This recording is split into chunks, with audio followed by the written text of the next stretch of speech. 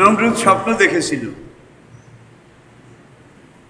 সে দরবারে বসে সোনার কুরসিতে বসে তার খোদাই এটা বন্দাদের উপরে নির্দেশ দিচ্ছিল, জারি করছিল, হুকুম দিচ্ছিল। স্বপ্ন। এমত অবস্থায় গ্রামের দিক থেকে, বস্তির দিক থেকে 5-6 বছরের একটা শিশু, নাদুস নুদুস, মোটা তাজা, রূপের পিরামিড, অনিন্দ সুন্দর, এই শিশুটা, ছেলেটা হাসতে হাসতে এসে নমরুদের কপালে এমন জোরে এক ঘুষি মারল, এক ঘুষিতে তার মাথার মগজটা বোটা থেকে খসে গেল, তার সোনার মুকুটটা দূরে গিয়ে ছিটকে পড়ল, তার সিংহাসনটা নিচের দিকে, পিছনের দিকে পড়ে খান খান, চূর্ণ চূর্ণ, একাকার মেশাকার হয়ে গেল। এই কথা আপনারা গেল জুমায় শুনেছেন। আমি সেটার সাথে জোড়া দেওয়ার জন্যে এই কথাটা এখানে আজকে আবার রিপিট করেছি। এইবার স্বপ্নের তাবিরের জন্যে দরবারীদেরকে ডাকলো, মন্ত্রীরা আসলো, এমপিরা আসলো, উপদেষ্টারা আসলো। অসময়ে দরবার ডাকা হয়েছিল 1 ঘন্টা আগে, এটাও আপনারা গেল জুমায় শুনেছেন।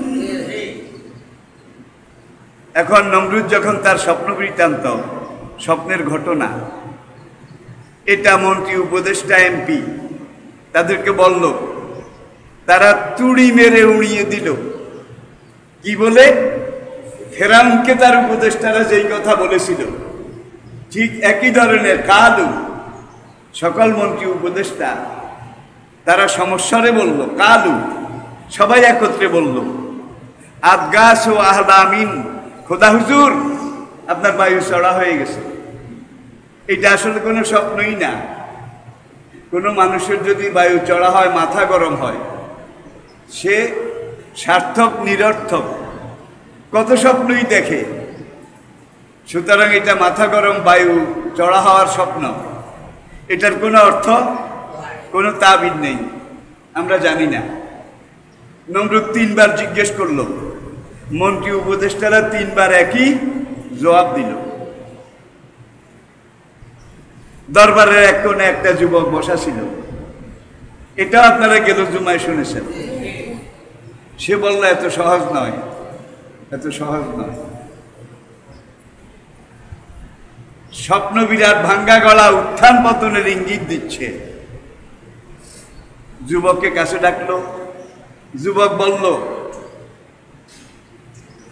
দীর্ঘ বছরের পর বছর যারা আপনার মন্ত্রী, উপদেষ্টা, এমপি, যারা আপনাকে জিন্দাবাদ জিন্দাবাদ মুর্দাবাদ, আপনার তারিফ প্রশংসা এটা করে করে সব সুবিধা নিজেরা লুটে নিয়েছে, যারা আপনাকে জিন্দাবাদ জিন্দাবাদ দিয়ে গাছেরটা খেয়েছে, ডালেরটা খেয়েছে, সালাডটা খেয়েছে, তলারটাও খেয়েছে, আজকে আপনার এই নিদানকালে, এই বিপদকালে তাদের একজনও আপনার কোনো উপকারে আসলো না। স্বপ্নের তাবিরেই আসতেছে, ঝড় আসতেছে। স্বপ্ন বলছে আপনার এই তখ্তে তাও, সোনার সিংহাসন, রাজমুকুট, এগুলো সব খান খান, টুকরা টুকরা হয়ে নিশ্চিহ্ন হয়ে যাবে। এখানে একমাত্র খোদাই খেলাফত কায়েম হবে, তাওহীদ, রিসালাত, আখিরাত ভিত্তিক সমাজ ব্যবস্থা কায়েম হবে। ওই যুবক বলেছিল। এখন নমরুদ তার গণকদেরকে বলল, এই যুবকের কথা আমার শতভাগ বিশ্বাস হয়েছে। যুবক যেটা বলছে, একটা শিশু জন্মগ্রহণ করবে,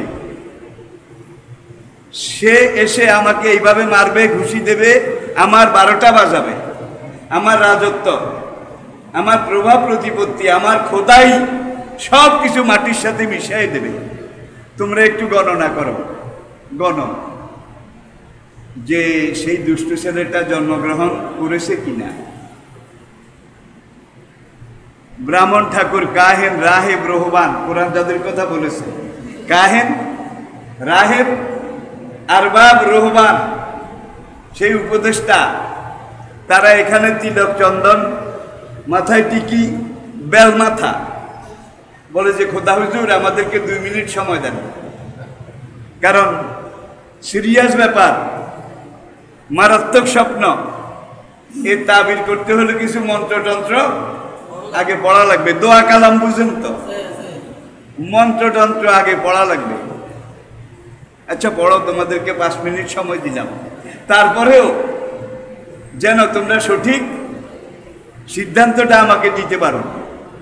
ওরা মন্ত্র পড়ল, জবা কুসুমা শঙ্কা সমকাশ্য পিয়ং নাশং ও চামুণ্ডে জয় জয় সম্ভয় সম্ভয় সর্বসত্তা নামং সাহা, কয়েকবার মন্ত্র পড়ল। পড়ে টড়ে বলল খোদা হুজুর দেখা যায় ছেলেটা এখনো জন্মগ্রহণ করেনি। নমরুদ বলল বাসা গেল, এখন কি করা দরকার? সব মন্ত্রীরা সমস্যারে একই সুরে বলল খোদা হুজুর একটা মাত্র রাস্তা, সেটা হলো বার্থ কন্ট্রোলের আইন জারি করেন। নমরুদ বলল কিভাবে? ওরা বলল আজ থেকে বিবাহ নিষেধ।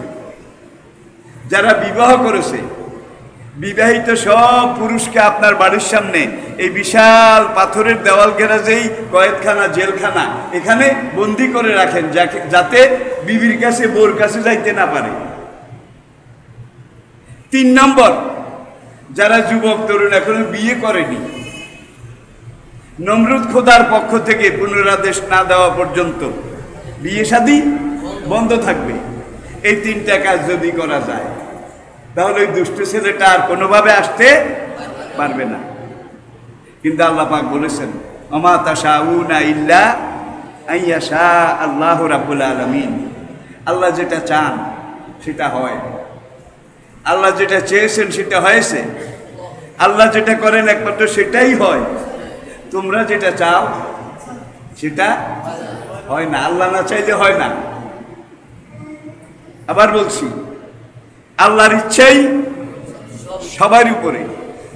অমাকারু আমাকার আল্লাহ আল্লাহু খায়রুল মাকিরিন, আল্লাহর পরিকল্পনা, এটার মোকাবিলা করার ক্ষমতা দুনিয়াবি কোনো শক্তির, কোনো শাসকের অতীতেও ছিল না, এখন বোধহয় আছে। যা ওরা সিদ্ধান্ত দিলে সেইভাবে কাজ করা হলো।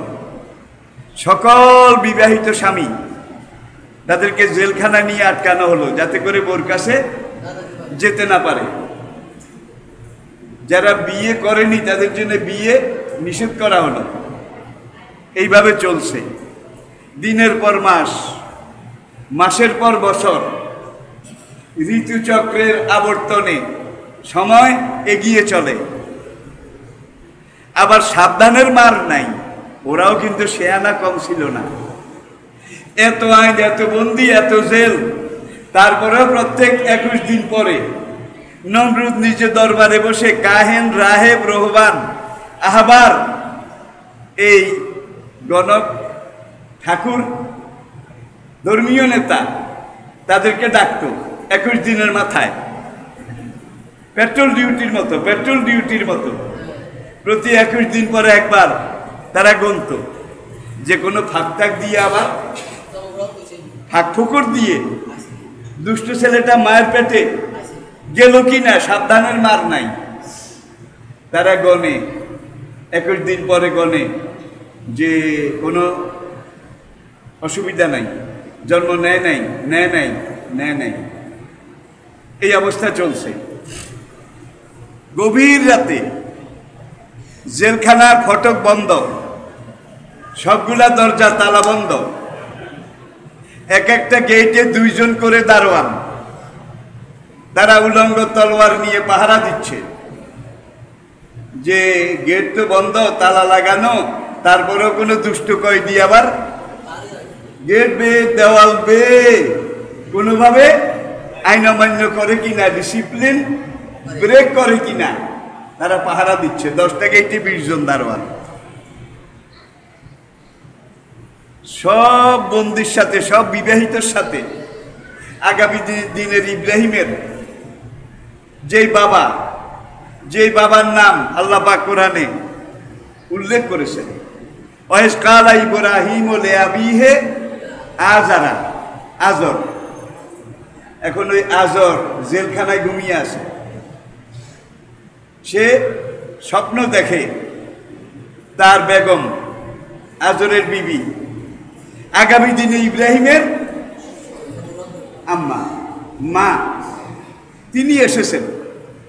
সামনে এসে কেঁদে কেঁদে বলে, ইনিয়ে বিনিয়ে রাগ অনুরাগে বলে, ওগো জীবন সঙ্গী স্বামী আমার, আজকে এত মাস, এতদিন হয়ে গেল তুমি জালিমের জিন্দানখানায় বন্দি, আর আমি 4 মাইল দূরে, শহর থেকে 4 মাইল দূরে শহরতলিতে পাহাড়ি এলাকায় একা একা বিনিদ্র রজনী যাপন করি। রাতে আমার ঘুম হয় না, সারা রাত আমি তোমার বিরহে কান্নাকাটি করি। ওগো স্বামী, একবার একটু আসো, আমার সাথে দেখা দিয়ে যাও। এই স্বপ্ন কে দেখলো? আজর। আজর, এই আজর কিন্তু আবার নমরুদের রাজ দরবারের ঠাকুর দি গ্রেট। ঠাকুর দি গ্রেট বুঝেন? সবচেয়ে বড় ব্রাহ্মণ। আজর ঠাকুর বেদিতে না গেলে কোনো পূজা, কোনো বিসর্জন হয় না। সবচেয়ে বড় ঠাকুর, আল্লাহ কারাগ। এই ঠাকুরের মাঝখান দিয়েই তুই নমরুদের আমি 12টা বাজাবো। ওই গ্রামে নমরুদের স্ত্রী, সেও ঠিক একই স্বপ্ন দেখল। আজরের স্ত্রী, সে দেখল যে আজর এইভাবে এসে তাকে দরজা খোলার জন্য বলতেছে, অনুরোধ করতেছে, খুব আলগোছে, খুব নিচু স্বরে। কারণ যদি জোরে ডাকে তাহলে আশপাশের মানুষ জেনে যেতে পারে, টের পেয়ে যেতে পারে। স্বামীও স্বপ্ন দেখলো একই সময়ে, স্ত্রীও স্বপ্ন দেখলো একই সময়ে। আজরের ঘুম ভেঙে গেল, শোয়া থেকে উঠে বসলো, বসে চারিদিকে তাকায়। পুরা জেলখানা সব কয়টি ঘুমে, নাক ডাকাচ্ছে। আজর মনে মনে ভাবলো, যাওয়া তো যাবে না, বউটা এইভাবে কান্দে, স্বপ্নে এইভাবে দেখলাম।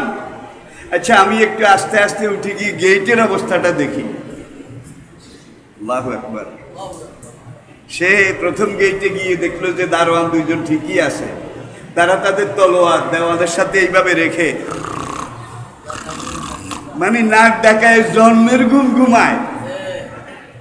আজর গিয়ে তাদের মুখের সামনে কয়েকটা তুড়ি মারলো। তুড়ি মানে ঘুমটা যদি একটু হালকা হয়, তুড়ি মারলে হয়তো জেগে যাবে।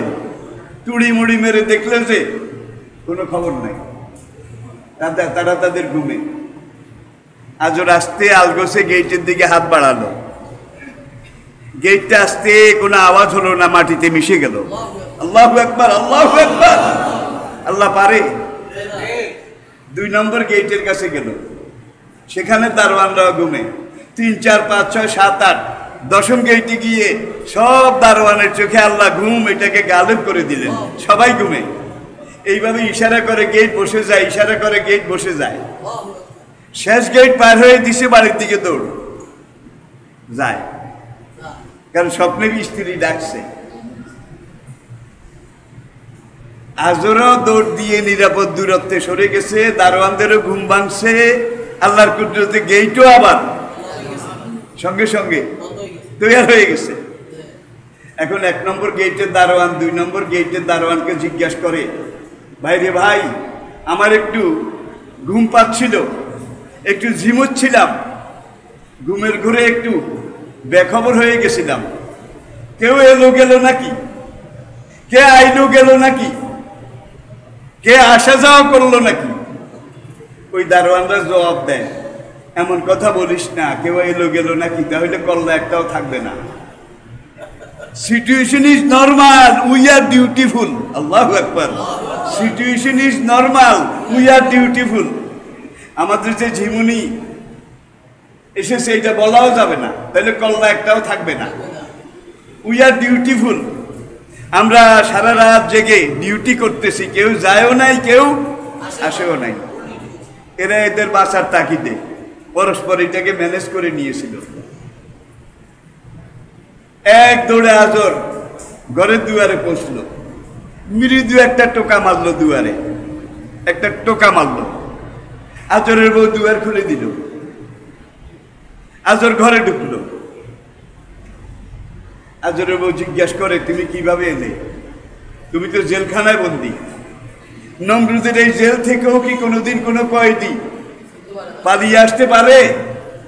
তোমরাই তো আইন করেছ স্বামীরা বোর কাছে যেতে পারবে না পুনরাদেশ না দেওয়া পর্যন্ত। তুমিও তো নমরুদের একজন বড় উপদেষ্টা, বড় ঠাকুর, তোমরাই তাকে পরামর্শ দিয়ে এই আইন এটা তৈরি করেছ, তুমি আসলে কিভাবে? নমরুদ সর, আইনটা আমাদের জন্য করি নাই, আইন করেছি যারা আমাদের বিরোধী তাদেরকে সাইজ করার জন্যে। আর আমরা যারা রাজপক্ষ, নমরুদের পক্ষ, আমরা আইনের ঊর্ধ্বে। কোনো আইন আমাদেরকে কোনোদিন ধরবে না, ধরতে পারবে না, ধরা সম্ভব নয়। নমরুদের এই নিয়ম ৬৫০০ বছর আগে ছিল, এখন নাই। আমি বলছি না কিন্তু। তাইলে বুঝা গেল সকল যুগের সকল শিখুন্ডি তাদের আদর্শ এক। তারা অনেক পরিকল্পনা অনেক যুগে আল্লাহ দ্বীনের বিরুদ্ধে, নবীদের বিরুদ্ধে, দিনদারদের বিরুদ্ধে করেছিল, করে নাই বোধ হয়? কোন পরিকল্পনা বোধ হয় টিকাতে পেরেছিল? আল্লাহর পরিকল্পনা যেটা সেটাই ঠিক ছিল, বাস্তবায়িত হয়েছিল। আল্লাহর কুদরত। তুমি ঘুমাও নাই? আজর বউকে জিজ্ঞাসা করে, ঘুমাইতেছিলাম, একটু আগে স্বপ্নে দেখলাম তুমি এসেছ, এসে এই বলতেছ আইন বড় কঠিন, সময় বড় কড়া। তা আমি চিন্তা করলাম, স্বপ্নে যখন দেখলাম স্বামী আসলেও আসতে পারে, এই জন্য খাট থেকে নেমে দরজার কাছে দাঁড়িয়ে আসি, তোমার জন্য অপেক্ষা করছি।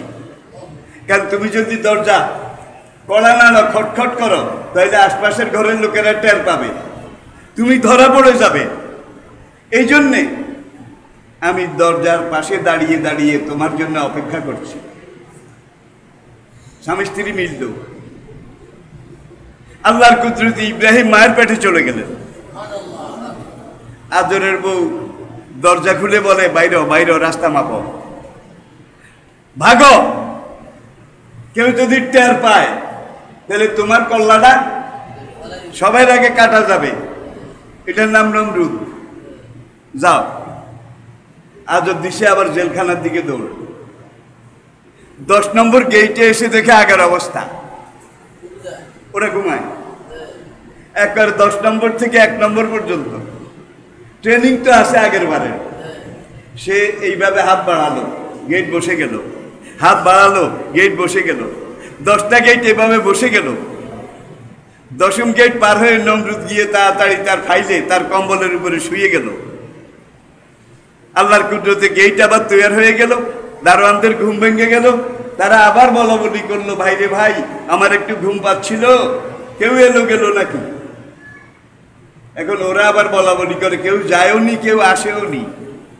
Situation is normal, we are dutiful.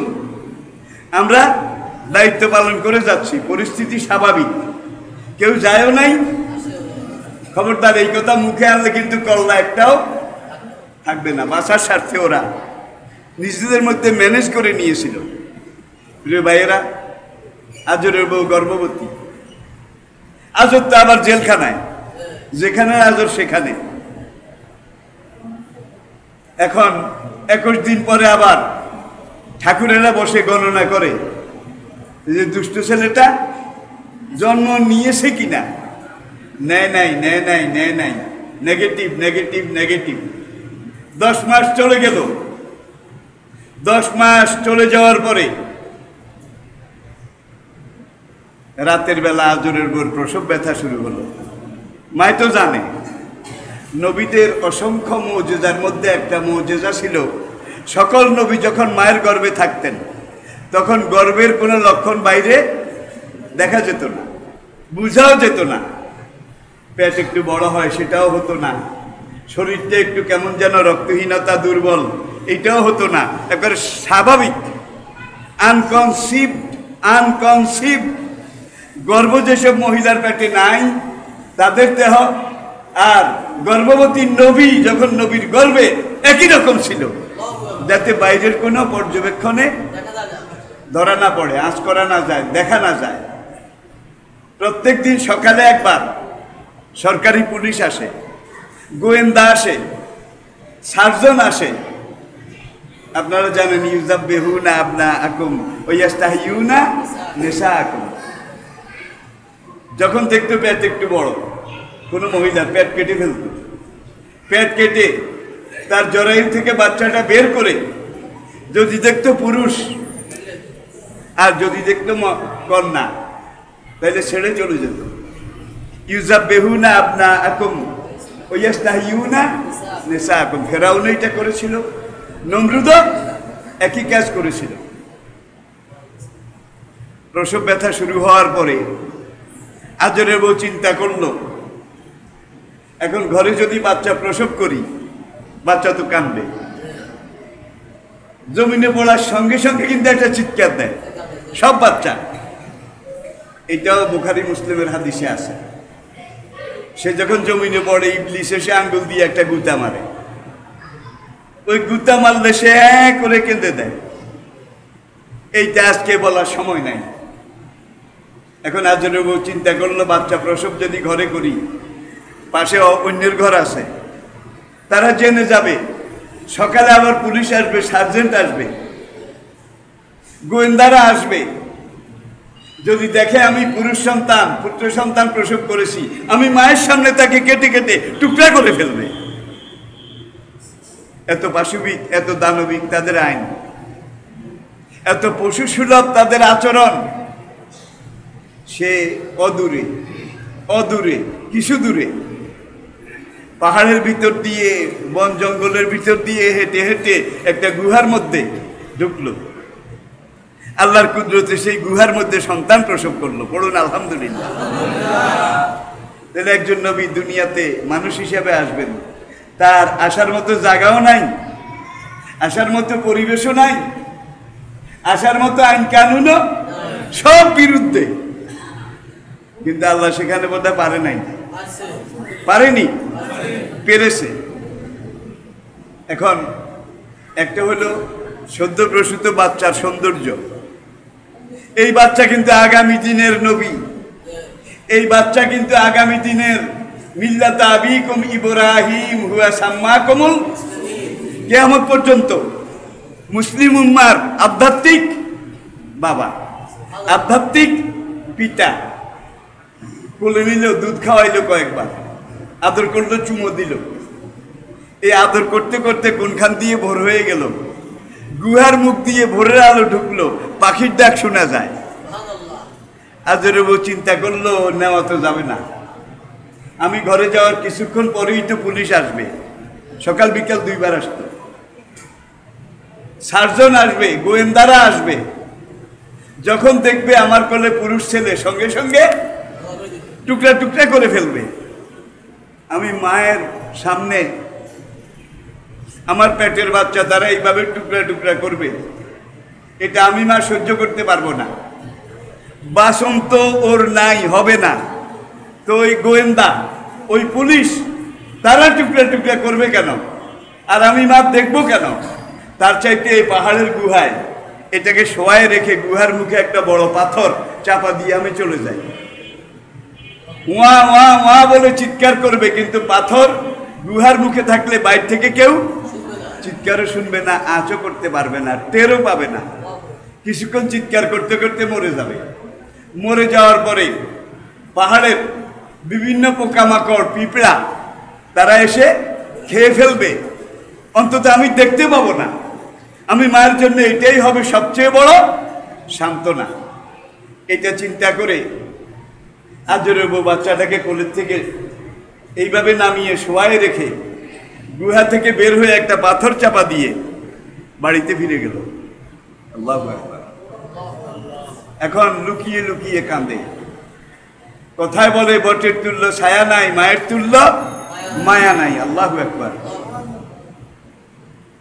মা আল্লাহর পরে দুনিয়াতে সন্তানের জন্য সবচেয়ে বড়। আল্লাহর পরে সবচেয়ে বড় অধিকার মায়ের। আমাদের এই যুগে মায়ের গায়ে হাত তোলে এমন বাচ্চা বোধহয় নাই, মাকে মারে নির্যাতন করে এমন ছেলে বোধহয় নাই। 70 বছর সে যদি এই ছেলে মায়ের সাথে নাফরমানি করেছে, বাবার সাথে করেছে, 70 বছর একাধারে রোজা রেখেছে, একদিনও বাদ দেয় নাই, 70 বছর সারা রাত নামাজের মুসল্লায় ছিল, সেজদায় পড়েছিল, কোনো কাজে আসবে না মা যদি বাবা যদি তার উপরে অসন্তুষ্ট থাকে। আখেরাতে হাসরে আল্লাহ পাক তাদের সাথে কথাও বলবেন না, বিনা প্রশ্নে, বিনা জিজ্ঞাসায়, বিনা হিসাবে তাদেরকে ডাইরেক্ট জাহান্নামে পাঠিয়ে দেওয়া হবে। আমার কলিজার টুকরা যুবক তরুণ ভাইয়েরা, মায়ের সাথে, বাবার সাথে, বিশেষ করে মায়ের সাথে, আমার জানা মতে আমার এলাকায়ও আছে, নেই যে আজকের অরাজকতার বাংলাদেশের, বিচারবিহীন বাংলাদেশে হয় না এমন কোনো অপকর্ম নাই। তো যুবক ভাইয়েরা, আপনারা সাবধান। আজকে যেই গায়ের জোর, আজকে যেই সেনগিরি, আজকে যেই ক্যাডারগিরি তুমি দেখাও, আল্লাহ পাকের একটা ইশারা হতে পারে। একদিন রাস্তা দিয়ে হাঁটো, হঠাৎ করে মাথায় একটা চক্কর দিয়ে এসে পড়ে গেছ, হুঁশও নাই, জ্ঞানও নাই, একটু একটু নিঃশ্বাস আছে, আপনজন আত্মীয় স্বজন তারা এসে গাড়ি ডেকে, অ্যাম্বুলেন্স ডেকে হাসপাতালে নিল, ডাক্তাররা দেখে বলল যে কাম শেষ। এটা বোধহয় হতে পারে না। তোমার মতো কত যুবক, কত প্রৌঢ় এইভাবে এক নিমেষে আল্লাহ তার সেনগিরি, মস্তানগিরি এগুলাকে খতম করে 0 পয়েন্টে নিয়ে এসেছে। 0 পয়েন্ট। আল্লাহ বোধহয় তোমাদেরকে এইভাবে 0 পয়েন্টে নিতে পারে না। আমার কলিজার টুকরা যুবক তরুণ ভাইয়েরা, তোমরাই আমাদের আগামী দিনের আশা ভরসা। আমরা তো চলে যাচ্ছি, আগামী দিনের এই সমাজ, এই দেশ, এই জাতি, এটাকে তোমরাই তো পরিচালনা করবে, তোমরাই তো দেখাশোনা করবে। আর আজকে তোমরা যদি গাঁজা খাও, পেন্সিডিল খাও, ইয়াবা খাও, তোমরা কিন্তু 40-এর আগেই মরে যাবে। এগুলা যারা খায় তারা কিন্তু বেশি দিন বাঁচে না। এরকম উদাহরণ আমাদের এলাকায় নাই? আছে, আছে, দেখতেছেন। সব কথা ওয়াজ দিয়ে বোঝানোর দরকার নাই। তোমাদের আল্লাহর দোহাই লাগে, ওলা তুলকু বিআইদিকুম ইলা তাহলুকা। এইভাবে নেশা খেয়ে, ইয়াবা খেয়ে, মদ খেয়ে, ফেন্সিডিল খেয়ে তোমরা তোমাদের অকাল মৃত্যু, অসময় মৃত্যু এটাকে ডেকে এনো না। কিছুদিন যদি বাঁচেও দেখবেন যারা মদ, গাঁজা, ইয়াবা, হিরোইন, পপি, ফেন্সিডিল এগুলো খেয়েছে, তারা কিন্তু বুড়া হওয়ার আগে বুড়া হয়। কি? তাদের শরীরের অ্যাবিলিটি, সক্ষমতা, স্ট্রেংথ, এনার্জি এগুলো সব শেষ হয়ে যায়। কিছুদিন বাঁচলেও দেখবেন যে এটার হিসাবের খাতায় নাই। এরকম যুবক বোধহয় আমাদের এলাকায় নাই। তাইলে আমি ওয়াজ করে কি বুঝাবো? দেখতেছেন, ডাইনে বামে তাকান। আল্লাহর কোরআন, রাসূলের আদর্শ বিরোধী এগুলা যারা করেছে, তারা আজকে কেউ চলে গেছে, কেউ জিনিয়ে জিনিয়ে বেঁচে আছে। নিজকে নিয়ে চলাই কষ্ট, সমাজকে নিয়ে চলা তো পরের কথা। ঠিক কিনা বলেন? আসুন। সকালে পুলিশ আসছে, আজরের বউ রুটি বানায়, এই বাড়ি খারাপ দেখে দেখে, না, নো ডাউট, ক্লিয়ার। প্রসবেরটা তো রাত্রে পাহাড়ের গুহায় রেখে আসছে। আরে দিন শেষ হয়ে গেল, রাত গভীর হলো, আজরের বউ শুয়ে শুয়ে কান্দে। আরে গত রাতে পাহাড়ের গুহায় রেখে এসেছি আমার কলিজার টুকরা, আমার নারী ছেঁড়া, এই দুঃসময়ের এই সন্তান কত আগে মরে গেছে। এখন হয়তো সাপ বিচ্ছু, পাহাড়ি পোকামাকড়ে খেয়ে ফেলেছে। কিছু হাড্ডি থাকতেও পারে, নাও থাকতে পারে, তারপরেও মনকে বুঝাইতে পারি না, আমি গিয়ে একটু দেখে আসি। আজরের বউ গোপনে গভীর রাতে হেঁটে হেঁটে হেঁটে হেঁটে ওই পাহাড়ের গুহার সামনে উপস্থিত। গুহার ঢাকনা উল্টাবে, হাত কাঁপে, শ্রাবণের বর্ষার মতো চোখ দিয়ে অশ্রু ঝরে। আরে গুহার মুখের পাথর সরায় আমি কি দেখবো? আমার কলিজার টুকরা তো অনেক আগে মরে গেছে। সাপ বিচ্ছু তার শরীর খেয়ে ফেলেছে, ফেলতেছে, তারপরে হাড্ডি গুড্ডি কি আছে এক নজর দেখি। আল্লাহু আকবার। প্রকম্পিত হাতে সে ধাক্কা দিয়ে পাথরটা সরালো, গুহার দিকে নজর করলো, নজর করে দেখেছে মরে নাই। এক রাতে 1 মাসের বড় হয়েছে, 1 মাসের, এক রাতে। তাড়াতাড়ি লাফ দিয়ে নেমে চুমা দেয়, কোলে নেয়, দুধ খাওয়ায়। গত রাত্রে কিন্তু খাইছিল কয়েকবার, আজকে খায় না। মা যতই স্তন মুখে দেয় ঠেলে দেয়। কয়েকবার চেষ্টা করেছে, মায়ের স্তন মুখে লয় নাই। মায়ের দিকে তাকিয়ে সেই ডাইন হাতের কনিষ্ঠ আঙ্গুলে এটা মুখে দিয়েছে, চুষছে। আজরের বলে আমি দেখছি দুধ, দুধ, বেহেশতের দুধ ধকধক করে গিলতেছে, এখান দিয়ে বেয়ে বেয়ে পড়তেছে। এরপরে সে তারপরের আঙ্গুলটা এইটাকে মুখে দিয়ে চুষছে, ঢকঢক করে মধু গিলতেছে, মধু বেয়ে বেয়ে পড়ছে। তারপরে মধ্যমা এটা মুখে দিল, আবার চুষছে। বেহেশতের সারাবান তাহুরা, আল্লাহু আকবার, বেহেশতি ঝর্ণা ধারার আল্লাহর কুদরতি শরবত সে ঢকঢক করে গিলছে, মুখ বেয়ে বেয়ে পড়ছে। এইভাবে 5টা আঙ্গুল, 5টা বেহেশতের ঝর্ণা আল্লাহ জারি করে দিয়েছেন। মাকে সে বলছে, মা গত রাতে জালিমের ভয়ে তুমি আমাকে পাহাড়ের গুহার মধ্যে ফেলে নিষ্ঠুর মায়ের মতো চলে গিয়েছ। এই দেখো আমার আল্লাহ এত মেহেরবান, আমার আল্লাহ এত রাহিম রহমান, তিনি আমার ডাইন হাতের 5টা আঙ্গুলে বেহেশতের 5টা ঝর্ণা ধারা জারি করে দিয়েছেন। আবার কোলে নিল, আদর করলো। আদরের বড় একটা বিশ্বাস হইল, তাইলে বোঝা যায় মরবে না, ঘরে তো নেওয়া যাবে না। সকালে একবার পুলিশ আসে, বিকালে আবার আসে। এইভাবে 21 দিন। কতদিন? 21 দিনের মাথায় কিন্তু আবার ব্রাহ্মণ ঠাকুররা বসবে, আবার গণবে, গণার আসর বসাবে। তাদের গণনায় যদি এইটা এসে যায়, বাচ্চা তো এসে গেছে, এই জন্যে এই 21 দিন সেখানে ছিল, অপেক্ষা করে শেষ দিনের গণায় কি আসে। 21 দিনের মাথায় নবরুদের দরবারে ব্রাহ্মণ ঠাকুর, কাহেন, রাহেব, আহবার তারা বসলো। তারা মন্ত্র পড়ে টড়ে গণলো। গণনা করার পরে সবগুলার মুখ চুপসিয়ে গেল, চুপসিয়ে গেল। একজন আরেক দিকে চায়, চোখ বড় বড় করে, ঠাড়াঠাড়ি করে, ভয়ে কিছু বসে আসে সিংহাসনে বসে। হে ব্রাহ্মণেরা, ঠাকুরেরা, গণকাররা, তোমরা এইভাবে ঠাড়াঠাড়ি করো কেন? তোমাদের কি হয়েছে? গণকারকা, খোদা হুজুর, কইতে ডর লাগে, কইতে ভয় লাগে। কি হয়েছে কও না। কই দুষ্ট ছেলেটা জন্মগ্রহণ করেছে, আজকে তার বয়স 21 দিন।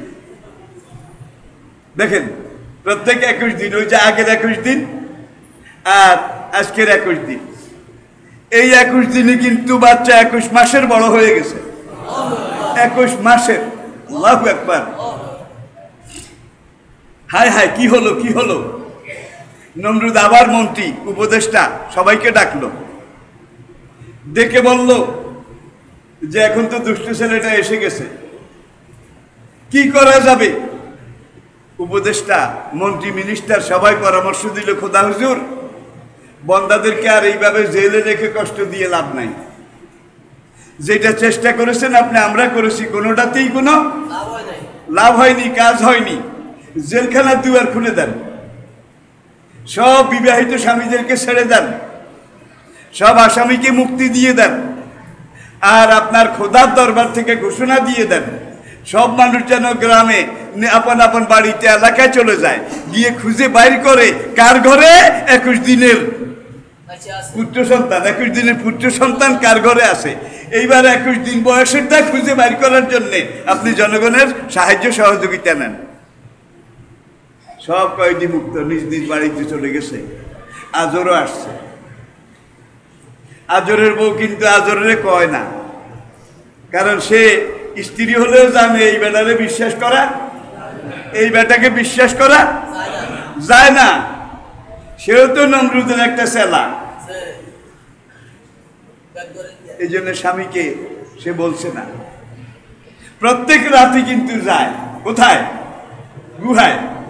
বাচ্চাকে কোলে নেয়, চুমু খায়, আদর করে, আবার রেখে চলে আসে। এই 21 দিন এইভাবেই করেছে। এইবার আজরের বউ শুয়েছে। মাঝখানে একটা ঘটনা ঘটেছে। আজর যখন বাড়ির দিকে আসে, রাস্তায় 3 জনে আজরকে 3টা কথা লাগাইছে। এলাকার পরিচিত লোক 3 জনে 3টা কথা লাগাইছে। প্রথম লাগাইছে, তুমি তো জেলখানায় বন্দী, আমরা তো তোমার এলাকার লোক, আমরা অবিবাহিত, কারো বউ মরে গেছে, বিবাহিতরা তো বন্ধই ছিল, তুমিও ছিলা।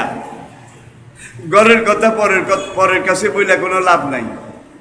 আমরা জেনেছি, দেখেছি, এই জন্য বলি, তুমি যে জেলখানায় বন্দী, তোমার বউ গোপনে গোপনে গ্রামের অন্য কোনো একজন পুরুষের সাথে লাইন লাগাইছে। তার সাথে সে নিয়মিত যোগাযোগ রাখে। প্রত্যেক রাতে সে নতুন কাপড় চোপড় পরে, সুগন্ধি কসমেটিক এগুলো লাগিয়ে পাহাড়ের ভিতর দিয়ে এইভাবে যায়, গিয়ে লুকিয়ে লুকিয়ে প্রেম করে, ছুপিয়ে ছুপিয়ে আরেকজনের সাথে। কেউ কেউ যেতে আসতে দেখছে, এটা স্বাভাবিক। একজন মানুষ তো, আস্ত মানুষ, গভীর রাতে যায়। প্রথমবার দেখার পরে কিছু মানুষ পাহারা দিয়েছে, হ্যাঁ, শেষ রাতে আবার আসে। এইভাবে আসা যাওয়া করতে দেখেছে। এইভাবে 3 জায়গায় 3 জনে কান কথা লাগাইছে। আজকে আমাদের সমাজে যারা প্রবাসী ভাইয়েরা, আহারে, নিজেদের জীবন যৌবন এইভাবে বন্দি রেখে, আর বিদেশের যে পরিশ্রম, এটা আপনাদেরকে আমি বলে বুঝাতে পারবো না। দেখেছি, অনেক দেশে দেখেছি, রক্ত পানি করে তারা সেখানে টাকা পয়সা রোজগার করে দেশে পাঠায়। দেশের রাজভান্ডার এটা সমৃদ্ধ হয়, বিদেশিদের পাঠানো এই টাকা, সরকারের আয় বাড়ে। আর বউকে প্রত্যেক মাসে টাকা পাঠায়, বউর নামে অ্যাকাউন্ট। বউ আবার এই স্বামীর দেওয়া টাকা পয়সা এগুলা 2 হাতে খরচ করে, আবার মোবাইলে অন্য একজন পুরুষের লাগে কথা বলতে বলতে, লাইন করতে করতে একদিন এমন হয় যে 2-3টা সন্তান রেখে ওই বেটার সাথে চলে গেছে। এরকম ঘটনা আমাদের এলাকায় নাই? কোন এলাকায় নাই? তাহলে দেখুন কোরআনের কথার বাস্তবতা সমাজের প্রত্যেকটা রন্ধ্রে রন্ধ্রে মিলে যাচ্ছে। এমনও ঘটনা আছে, রিজার্ভ সিএনজি আলা আছে, রিজার্ভ রিক্সাওয়ালা আছে, ব্যাংকে নিয়ে যায়, মার্কেটিং বাজার করার জন্য নিয়ে যায়। রিক্সাওয়ালা সিএনজি আলা ভাবি ভাবি ভাবি, আর ওই মহিলা ভাই ভাই, এই ভাই ভাই ভাবি ভাবি করতে করতে কয়েক মাস পরে কেউ সিএনজি আলার সাথে চলে যায়, কেউ রিক্সাওয়ালার সাথে চলে যায়। এমন ঘটনা বোধহয় নাই। তাহলে আসুন, আজরের বউর ঘটনা আমরা আর দূরে যেতে পারছি না, আজকের জন্য শেষই করে দিতে হবে। এখন আজরের বউ শুয়ে শুয়ে কাঁদে, কারণ প্রত্যেক রাত্রে যায়, বাচ্চা দেখে আসে, চুমা দেয়, আবার রেখে আসে। আজকে তো ঠাকুর মশাই বাড়িতে এসেছে, যদি আমি যাই, সে যদি টের পায় আর এই বাচ্চা দেখে ফেলে, জেনে যায়, এই স্বামীকে বিশ্বাস করা যায় না, কারণ সে নমরুদেরই একজন উপদেষ্টা। দেখছেন, যার জন্য যেতে পারে না, কিন্তু মায়ের মন মানে না, শুয়ে শুয়ে কাঁদে, শুয়ে শুয়ে কাঁদে, শুয়ে শুয়ে কাঁদে। আজরের সন্দেহ হইল, এত মাস পরে আমি স্বামী বাড়িতে আসলাম, তার খুশি হওয়ার কথা, সে শুয়ে শুয়ে কান্দে কেন? বললো ওই যে তিনজনে কইছে। কি? তিনজনে যেই কথা বলেছে দেখা যায় শতভাগ সত্য। আজকে আমি ঘরে এসেছি, সেই প্রেমিকের কাছে যাইতে পারে না, ফিল্ডিং মারতে পারে না, ঠিক কিনা বলেন? এই জন্য ধরা খেয়ে এখন নিজে নিজে চুপে চুপে কান্দে। আজর একটা পলিসি নিল, ঠিক আছে তুই কাঁদতে থাক, আমি জেগে জেগে ঘুমানো শুরু করি। জেগে জেগে ঘুমানো বুঝেন? এখন সে ঘুমের ভান করে,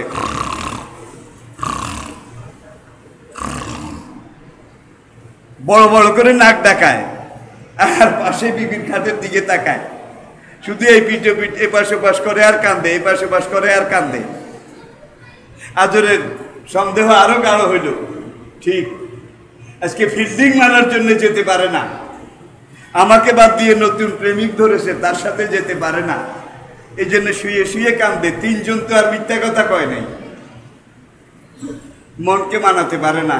মা, রাত শেষ হয়ে যাচ্ছে, নমরুদ তো নাক দেখে ঘুমায়, আসলে কি জেগে জেগে পাহারা দেয়, আপনারা বুঝতেছেন।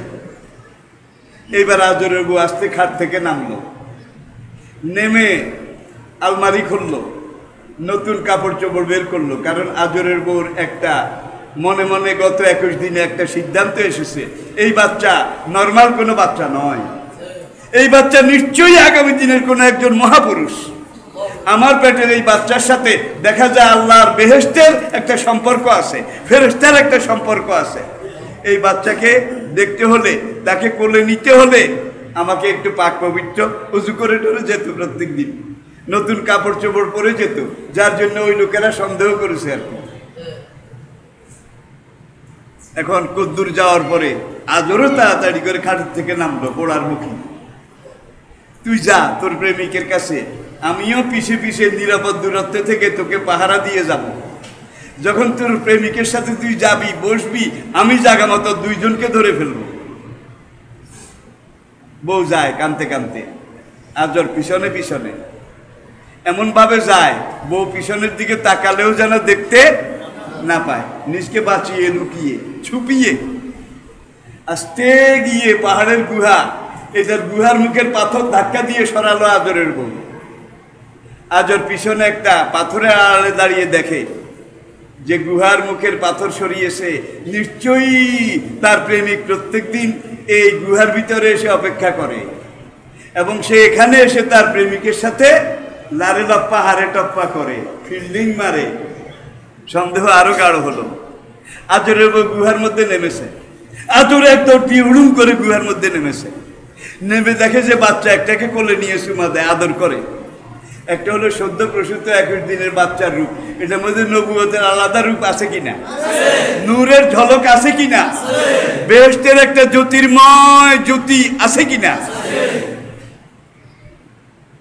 আজর বাচ্চাটাকে একটু দেখলো ঝুঁকিয়ে, তার ভিতরে একটা পরিবর্তনের বিপ্লব সৃষ্টি হলো।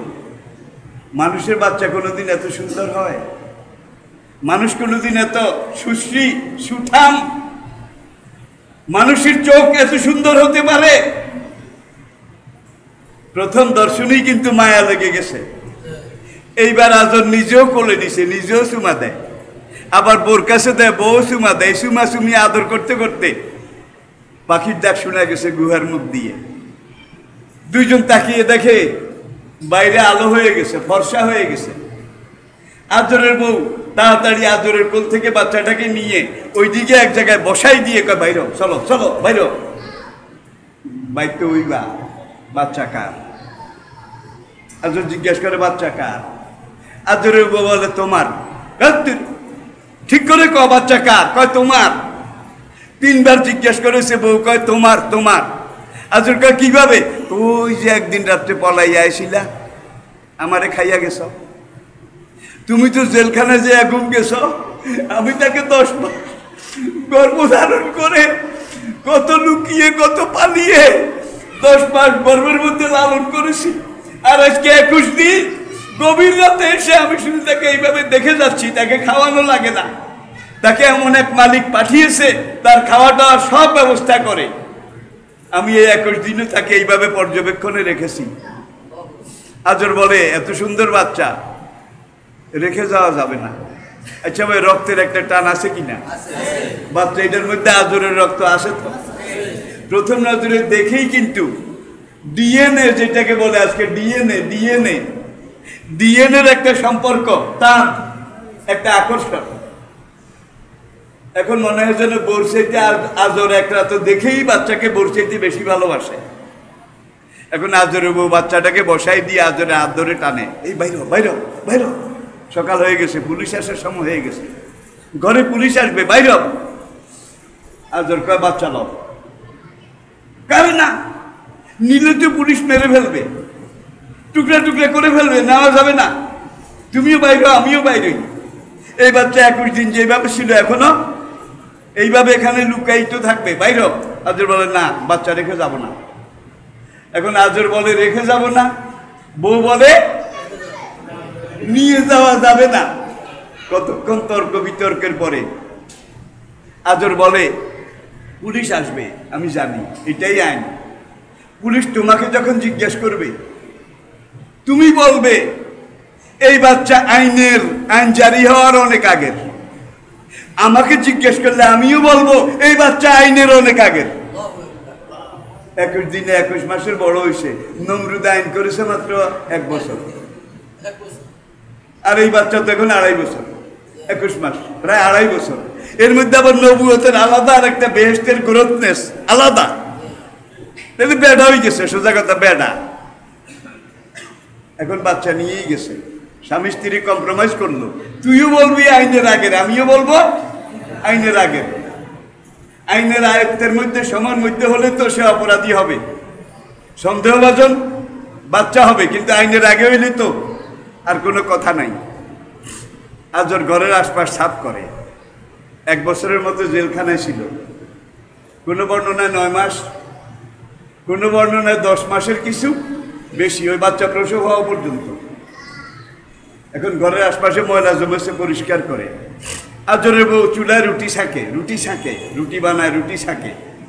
ধরাম করে বুট পায়ে দিয়ে পুলিশ এসে ঢুকলো, এই বেটি খাড়া, তোর ঘরে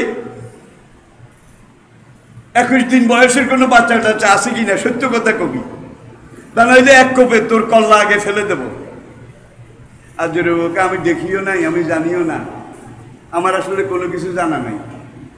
সোনার ছেলে কিন্তু পাকঘরের দরজায় বসে বসে খেলা করে, ওই কিছু গাছের ফুল ছিঁড়ে এনেছে, নিজে গাছের পাহাড়ের গোটা ছিঁড়ে এনে এগুলো দিয়ে খেলা করে। এখন সার্জন পুলিশ বাচ্চার মার সাথে ধমকাধমকি করে, 21 দিনের বাচ্চা আছে কিনা বল, তোর জানা আছে কিনা বল, তোর পাড়ায় কোন ঘরে আছে, আমি কিছুই জানি না। পুলিশ একজন পিছন থেকে এসে ওই বাচ্চা ওইটা দুয়ারে খেলা করে। এখন ওসি সাহেবের ডাকে, সার্জনরে ডাকে, স্যার এইটা একটা দুয়ারে বসা আছে।